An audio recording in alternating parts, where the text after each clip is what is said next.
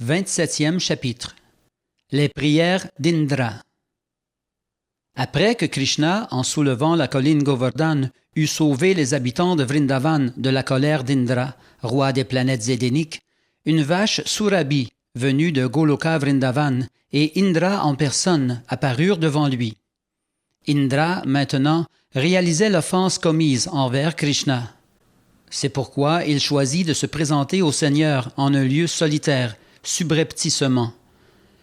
Bien que sa couronne brillât de l'éclat du soleil, il ne manqua pas de se prosterner humblement aux pieds pareils au lotus de Krishna. Indra reconnaissait la position élevée de Krishna. Il reconnaissait en lui son maître. Seulement, il avait eu le plus grand mal à croire que le Seigneur pouvait descendre et vivre à Vrindavan parmi les pâtres. Lorsque Krishna brava l'autorité d'Indra, ce dernier, qui se croyait le tout de ce qui est en cet univers, celui que nul ne peut égaler en puissance, entra dans une grande colère. Mais après que Krishna eut soulevé la colline Govardhan, le vain orgueil du roi fut réduit à rien. Désormais conscient de sa position subordonnée vis-à-vis du Seigneur, il apparut devant lui les mains jointes et se mit à lui offrir des prières.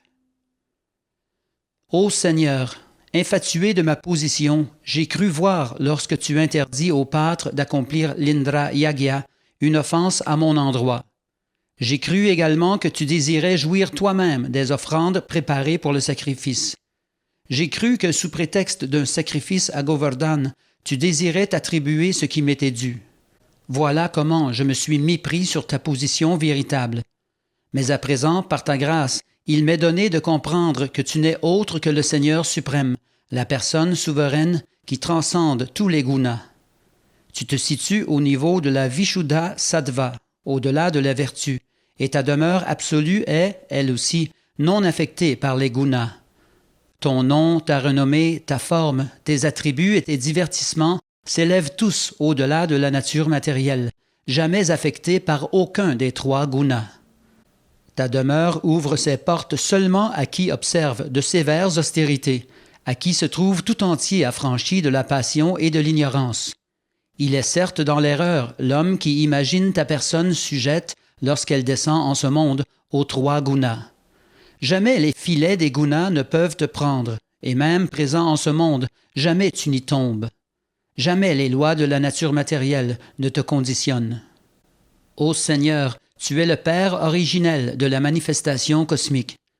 De ce monde, tu es le Maître spirituel souverain, et de tout ce qui est, le premier possesseur. Tu peux, sous ta forme du temps éternel, châtier les offenseurs.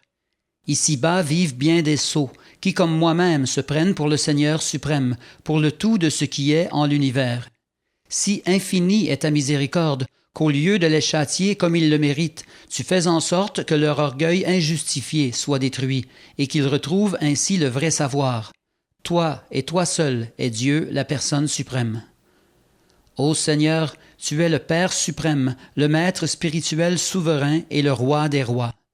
Aussi as-tu le droit de châtier les êtres vivants chaque fois que dans leurs actes ils dévient de la voie juste. Le Père pour son Fils, le Maître spirituel pour son disciple, le chef de l'État pour ses concitoyens sont toujours des amis bienveillants. Mais en tant que tels, ils peuvent châtier. Par ton propre désir, tu apparais sur terre, apparition ô combien favorable dans des myriades de formes éternelles. Tu glorifies ainsi la planète et tu punis en même temps les hommes qui prétendent être Dieu. Ce monde est le théâtre d'une compétition permanente entre les êtres. Chacun cherche à conquérir un pouvoir souverain sur la société. Toujours frustrés dans leurs tentatives, les sots se disent alors Dieu, la personne suprême. Je suis l'un d'eux, qui sont innombrables, mais le temps venu, ils retrouvent leur raison et s'abandonnent à toi. Alors ils t'offrent leur service, de nouveau ils agissent en suivant la voie juste. Voilà pourquoi tu châties ceux qui te jalousent. Ô Seigneur, glorieux sans raison de mes opulences matérielles, ignorant ta puissance sans fin, j'ai commis une grande offense à tes pieds pareil au lotus. Ô Seigneur, je suis le grand insensé. Accorde-moi donc, je t'en prie, ton pardon. Daigne répandre sur moi tes bénédictions, pour que jamais plus je n'accomplisse d'actes ineptes. Ô Seigneur, Si tu considères l'offense commise par moi comme trop grave pour être excusée, laisse-moi te rappeler que je suis ton serviteur éternel et que si tu apparais en ce monde, c'est afin de couvrir de ta protection tes serviteurs, afin de détruire les Asuras, eux qui s'arment sans répit contre la paix de la terre. Daigne donc me pardonner, moi, ton serviteur éternel. Ô Seigneur, tu es Dieu, la personne suprême. À toi, âme suprême, fils de Vasudeva, Seigneur souverain, maître de tous les purs bhaktas, Sri Krishna, j'offre, prosterné, mon hommage respectueux. Tu es le savoir suprême personnifié. Selon ton désir, il t'est donné d'apparaître n'importe où, dans n'importe laquelle de tes formes éternelles. Tu es la racine de toute la création et en tous les êtres l'âme suprême. Dans mon ignorance grossière, j'ai causé grand trouble à Vrindavan par des pluies torrentielles, par des orages de grêle. Et je l'ai fait à cause d'une terrible colère qui s'éleva en moi, après que tu aies donné l'ordre que cessent les préparatifs du sacrifice destinés à me satisfaire.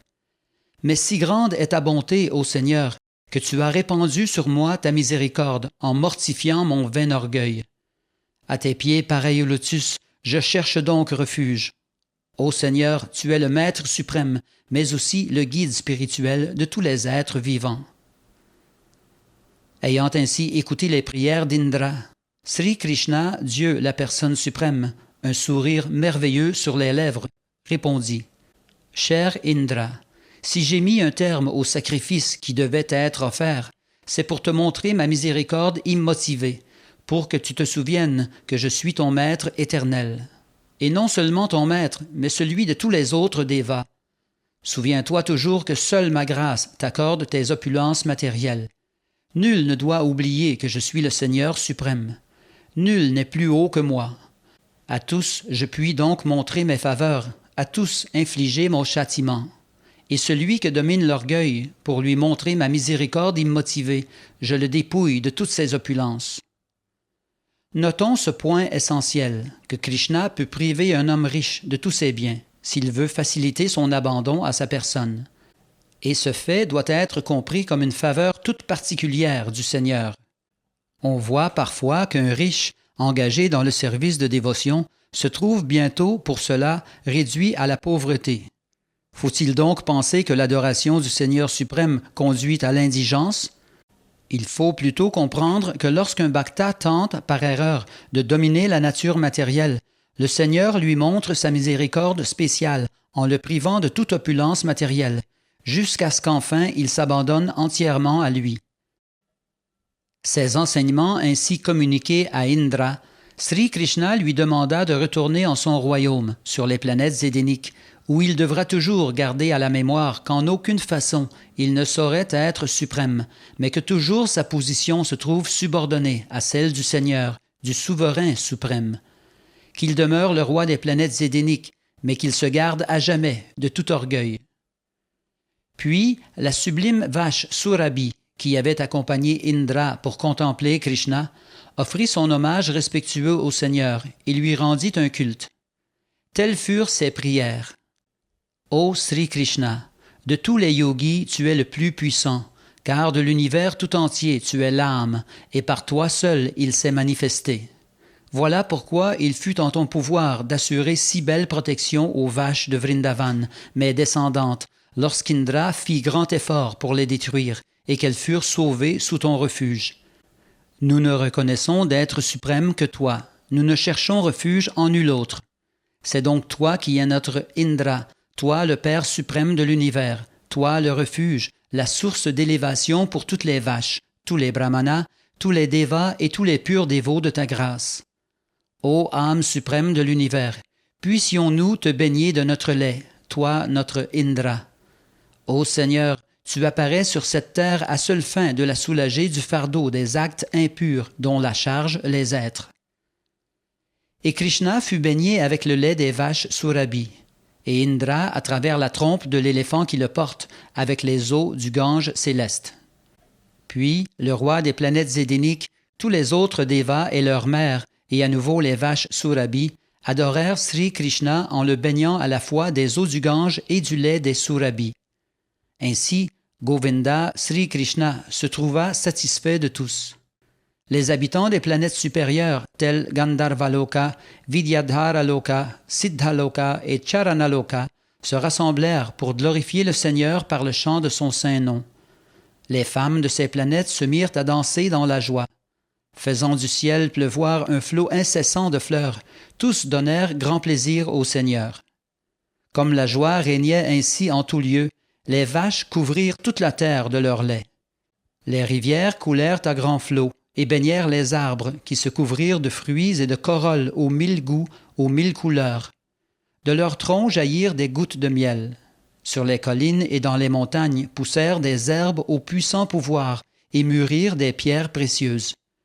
La sainte présence de Krishna créait cette harmonie parfaite, et les animaux inférieurs, souvent de nature jalouse, oublièrent d'être envieux.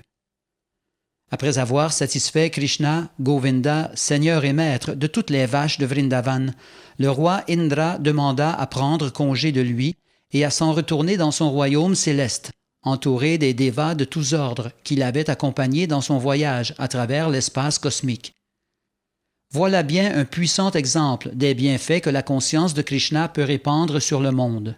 Par la présence de Krishna, même les animaux inférieurs oublièrent leur nature envieuse pour acquérir les qualités propres aux dévas. Ainsi s'achèvent les enseignements de Bhaktivedanta pour le 27e chapitre du livre de Krishna intitulé « Les prières d'Indra ».